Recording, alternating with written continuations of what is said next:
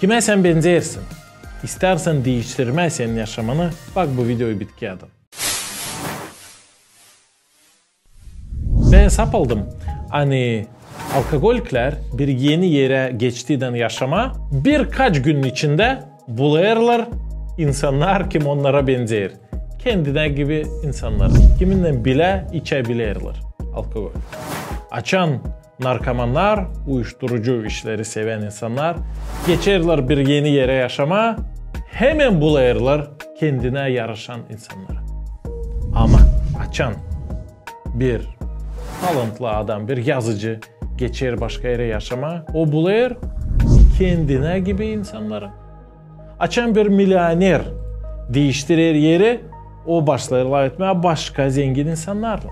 Şimdi bak, hep öyle biz de isterseydik yaşamımız değişsin, lazım bakalım kendi dostlarımıza, senselerimize, kim bizim dolayımızda insanlar. Eğer ben istemerseydim başka sigara içme ama dolayanımda herkesi sigara içerseydi, o zaman ben bırakamayacağım içmeyi. Eğer ben istersen bir sportsmen olma, ne lazım dostlarım olsunlar sportçu.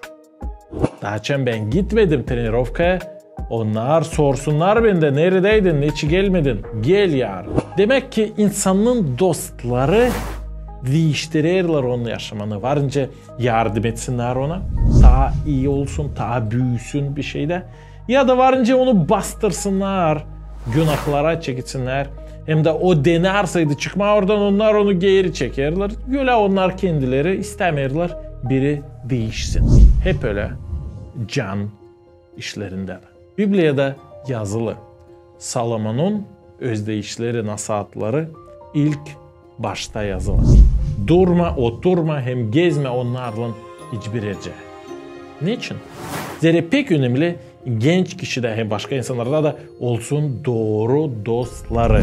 Eğer biz istersek inanda büyüme, Allah'ı daha iyi bilme, daha çok dua etme, rahatlık olsun canımızda, uygunluk olsun, İsus Hristos'la dost olma, o bizi kurtarsın da biz göke yetişelim, o zaman bizde lazım olsun inancı insanlar, dostlar, inancı dostlar.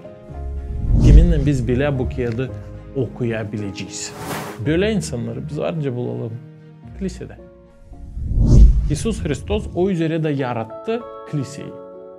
İnancı insanların topluluğunu bu dünyada, hani onlar yardım etsinler birbirine, inanı koruma, büyüme bu inanda, hem hizmet. Zira Allah bilir, hani yalnız kanı biz ta yufka, ta zayıf olayarız. Yalnız kanı bir şey yapacağız ama beraber yapabiliriz. Sen istersen büyüme inanda, istersen ta yakın Allah'a olma, bul kiliseyi, başla gitmek kiliseye, bul inancı insanları, başla hem kendin evde hem onlardan bile okuma bu kağıdı da göreceksin ne şaşılacak güzel işler olacak. Kal sağlıklı.